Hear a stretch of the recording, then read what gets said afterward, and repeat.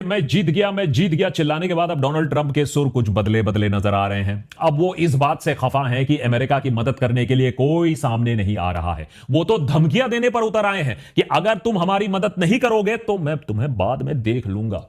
और तो और अपने देश में ही मीडिया को फांसी देने की बात कर रहे हैं, क्योंकि कई अमेरिकन मीडिया आउटलेट्स ने ट्रंप की हार का पोल खोल दिया है, जिसे Trump as act of treason बता रहे हैं।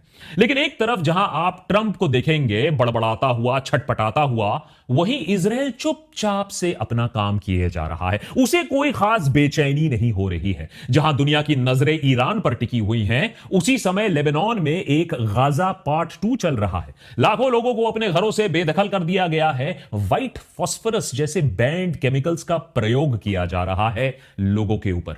अगर आप अमेरिका और इजराइल के रवैये को इस युद्ध में देखोगे तो आपको एक शार्प कॉन्ट्रास्ट मिलेगा। अमेरिका इस युद्ध में आया था इजराइल के कहने पर, तेल की लालच में और अपनी ऐंठ जमाने के लिए। लेकिन इजराइल का एंड गेम ना तो तेल है, ना तो ईरान पर कब्जा है, और ना ही अमेरिका के वर्चस्व को बढ़ावा देना। उसका तो अलग ही गेम चल रहा है और वो बहुत खूबी से इस गेम को खेल भी रहा है। इजराइल के लिए एक धर्म युद्ध है ये, जूस और मुसलमानों के बीच में, और ये युद्ध के बीच स्थित है जेरूसलम, जिसे दुनिया का सबसे पवित्र जगहों में से एक माना जाता है। इस धर्म युद्ध में इजराइल के पक्ष में कई अमेरिकन पॉलिटिशियंस आपको खड़े मिल जाएंगे, जैसे कि ट्रंप के खास लिंजी ग्रेहम। ये लगता है इजराइल के लिए ही काम करते हैं। इनके लिए अपने देश से ज्यादा इजराइल की जीत जरूरी है। This is a religious war. Who wins it at the end of the day? Do the radical Islamic terrorists who want to kill all the Jews because God told them to? Who want to kill me because I'm an infidel? Who want to purify Islam to reject moderation and make everybody a jihadist? This is a big deal. ये बयान दिया गया था war शुरू होने से पहले। Graham पर बाय द वे आरोप भी ये लगे हैं कि उन्होंने ट्रंप को इस युद्ध में घसीटने में एक अहम भूमिका अदा की है, और वो भी ट्रेनिंग इनको इजराइल में ही मिली थी इसके लिए। और सिर्फ यही नहीं, current United states secretary of war पीट हेग्सेथ की 2018 वाली ये बयानबाजी सुनिए। जेरूसलम में एक इवेंट के दौरान उन्होंने कहा था कि इसका कोई कारण नहीं है कि टेंपल माउंट पर दोबारा मंदिर ना बन सके। There's no reason why the miracle of the reestablishment of the temple on the Temple Mount is not possible.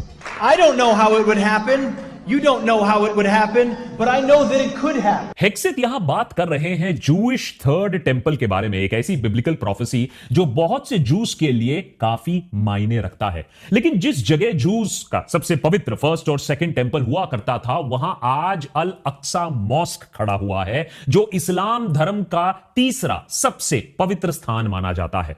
बात सिर्फ एक मंदिर बनाने तक की नहीं है। यूएस इजराइल के ईरान पर हमले के सिर्फ एक हफ्ते पहले जब इजराइल में अमेरिका के एम्बेसडर माइक हकबी से यह पूछा गया कि क्या वो इजराइल के इस दावे को सपोर्ट करते हैं जिसमें नाइल रिवर से लेकर यूफ्रेटिस रिवर तक सिर्फ जमीन इजराइल के कंट्रोल की बात की गई है, तो उन्होंने जवाब दिया कि भाई बाइबल के मुताबिक तो यह जमीन इजराइल को दी गई थी। एक ऐसा बयान जो सीधा सीधा इशारा करता है ग्रेटर इजराइल की तरफ। लेकिन ग्रेटर इजराइल सिर्फ एक जायनिस्ट कल्पना नहीं है, यह सिर्फ एक मंशा नहीं है, यह एक एक्टिव प्रोजेक्ट है जिस पर नेतन्याहू सालों से काम करते आए हैं। ईरान पर जो हमला हुआ है, गाजा में जो नरसंहार हुआ है, लेबनान पर जो कब्जा चल रहा है, वेस्ट बैंक में जो आतंक चल रहा है, इसी प्रोजेक्ट का जीता जागता हिस्सा है। तो अगर आपको ईरान के युद्ध को पूरी तरीके से समझना है तो इजराइल के मंसूबों को समझना होगा, लॉन्ग गेम को समझना होगा कि आखिर है क्या ये ग्रेटर इजराइल। क्या सच में बाइबल में इसका जिक्र आता है? क्या है ये थर्ड टेंपल की प्रोफेसी? क्यों जेरूसलम का अल अक्सा मॉस्क जूस वर्सेस मुसलमानों की लड़ाई का अब एक केंद्र बन सकता है? क्या ये वाकई में एक रिलीजियस वॉर बन रहा है? और कैसे इजराइल इस प्रोजेक्ट पर चुपचाप काम करते आया है?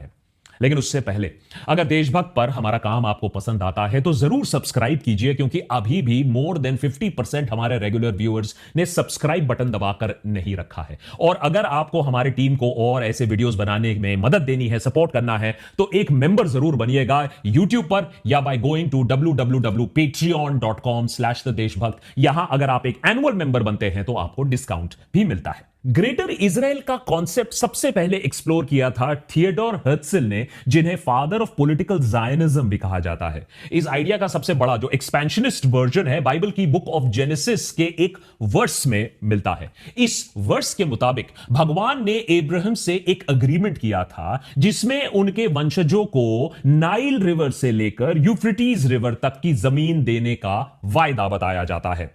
नाइल से लेकर यूफ्रेटिस तक आज के डेट में इस एरिया में आते हैं पैलेस्टाइन, लेबनान, जॉर्डन के साथ साथ सीरिया, इराक और इजिप्ट और सऊदी अरेबिया के कुछ अहम हिस्से। अब्राहम के वंशजों में आते हैं जूइश लोग, क्योंकि ट्राइब्स ऑफ इजराइल को अब्राहम के बेटे आइजैक के वंशज वो माने जाते हैं। लेकिन इसी के मुताबिक अब्राहम के दूसरे बेटे इश्माएल